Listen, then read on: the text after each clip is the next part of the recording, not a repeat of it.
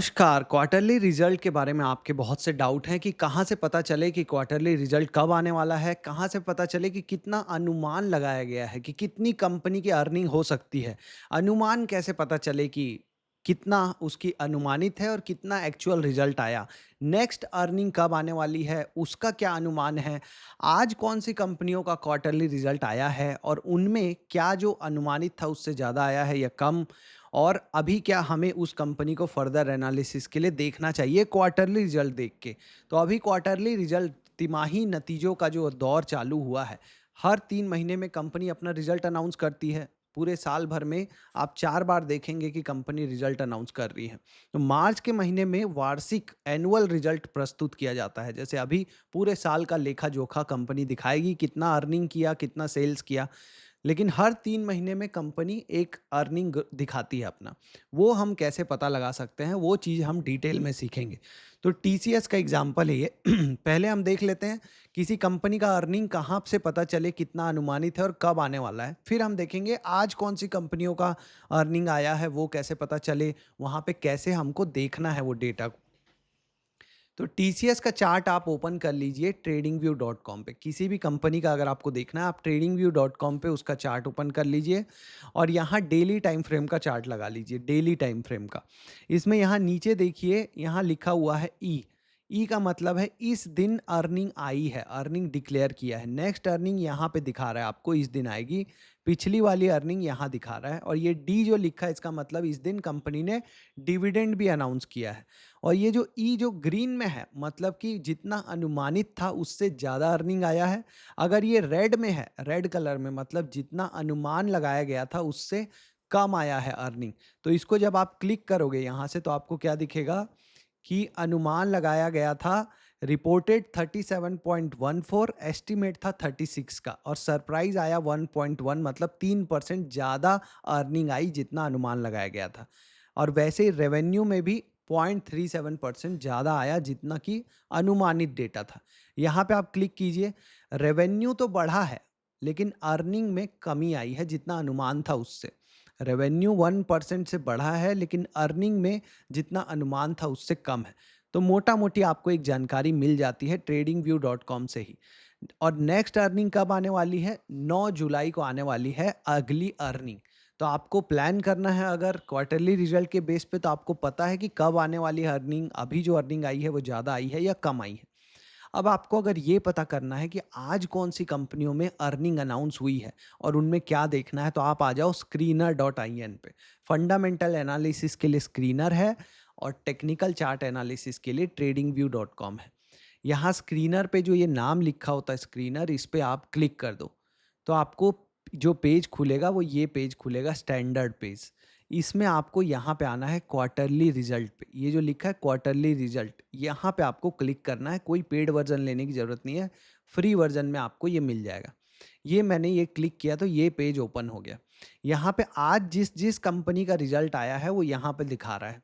पीछे के डेट में आपको जाना है तो 17 अप्रैल, 16 अप्रैल आप जा सकते हो और देख सकते हो पीछे कौन-कौन सी कंपनियों का रिजल्ट आया है। यहाँ पे आप देखिए, आज इस कंपनी का रिजल्ट आया है नीलाचल रिफ्रैक्ट का। इस कंपनी का प्राइस चल रहा है 44 रुपीज़, मार्केट कैप है सिर्फ 90 करोड़।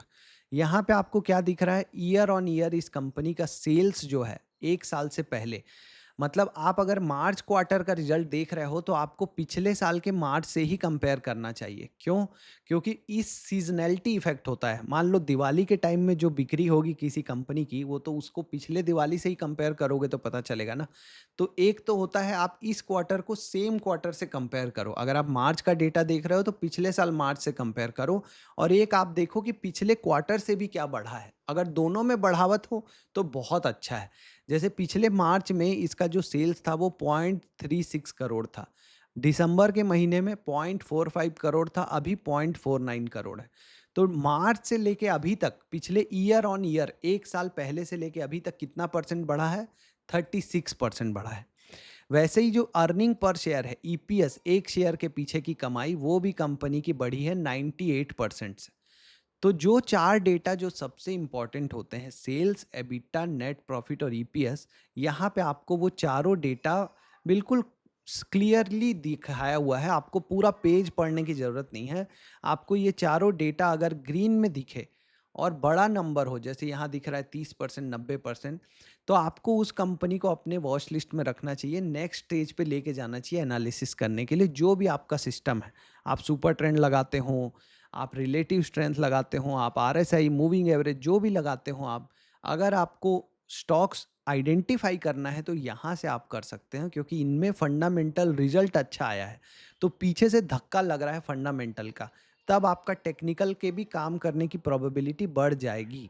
मान लीजिए आपका पहले से जो सिस्टम है वो 50% काम कर रहा है, लेकिन जब आप उसमें एक फंडामेंटल का तड़का भी लगा दोगे तो उसका स्वाद बढ़ जाएगा। ठीक है? तो वो 70-80% काम करेगा। आप समझ रहे हैं मैं क्या कह रहा हूँ? कि आपको फंडामेंटल स्ट्रॉन्ग कंपनी मिल रही है, उसमें आप अपना सिस्टम लगाइए। अब ये तो बहुत ही छोटी कंपनी है, 90 करोड़ की कंपनी है। अगर आपको 1000 करोड़ से ऊपर वाली कंपनी में इस तरीके का डेटा मिले कि ईयर ऑन ईयर आपके चारों नंबर अच्छे आए हैं, बड़े आए हैं, तो और भी अच्छा है। इसका सब्सक्रिप्शन लेने से आप यहाँ फ़िल्टर लगा सकते हैं कि आप कितने करोड़ की कंपनी देखना चाहते हैं और ऑल दैट, बट मैंने भी नहीं लिया हुआ है। मुझे नहीं लगता आप इससे ज़्यादा सब्सक्रिप्शन में भी कोई ज़रूरत है। आप यहाँ पे बस ये इसको स्क्रॉल करिए, देखिए कि ये कंपनी में चारों डेटा ग्रीन में है, बड़ा है। इसका मार्केट कैप देखिए 400 करोड़ है, तो इसको चार्ट पे जाइए, देखिए कोई अच्छा सेटअप बन रहा है क्या, आपको एंट्री मिल रही है क्या छोटे स्टॉप लॉस के साथ। वो आपको एक अच्छा काम करेगा। यहाँ से आप स्ट्रॉन्ग स्टॉक ढूँढ सकते हो। इसके बाद जो भी आपका सिस्टम है वो आप लगाइए। जीएसएम, फॉइल्स चारों नंबर बड़े ग्रीन में न हैं तो अच्छा है। ये रेड में है तो हम छोड़ देंगे। यहाँ ग्रीन में है तो हम पकड़ेंगे, लेकिन मार्केट कैप सिर्फ 6 करोड़ है। छोटी सी कंपनी में ग्रोथ आना बहुत आसान है। आप सोचिए ना कि ₹10 को 20 होने में, मतलब ₹10 बढ़ने में 100% बढ़ गया। लेकिन अगर कोई 1 लाख से 2 लाख करना है तो 100% बढ़ना मुश्किल होता है। तो जितना बड़ा मार्केट कैप उतना इसका रिलेवेंस ज़्यादा है, उतनी इसकी इसका उम, रिलेवेंस मतलब हिंदी में इसकी भूमिका नहीं है, इसका महत्व ज़्यादा है। उतना इसका महत्व ज़्यादा है कि जितना बड़ा मार्केट कैप उतना ये अगर नंबर आए तो इतना महत्व ज़्यादा है। उसमें हमको ज़्यादा सीरियस लेना चाहिए। जैसे 800 करोड़ की कंपनी है और ग्रोथ आ रहा है, आदित्य बिरला मनी, अच्छी बात है। या 2800 करोड़ की कंपनी है, चारों नंबर निगेटिव है तो हमको छोड़ना है। यहाँ पे हमको देखना है ये चारों नंबर ग्रीन में है, 6000 करोड़ की कंपनी है बजाज कंज्यूमर। तो ये एक अच्छा एक पैटर्न है कि ₹2 से ₹4 हो गया कंपनी का ईपीएस। इस तरीके का डेटा हमको देखना चाहिए और उस कंपनी में आगे पैसे बनने के चांसेस ज़्यादा रहते हैं, क्योंकि फंडामेंटल आपको धक्का मार रहा है। टेल विंड बोलते हैं जो इंग्लिश में, टेल विंड है। तो पीछे से हवा चल रही है तो बहाव में ताकत ज़्यादा होगी। ठीक है? तो इस तरीके से आप यूज़ कीजिए स्क्रीनर को और ट्रेडिंग व्यू को। All the best.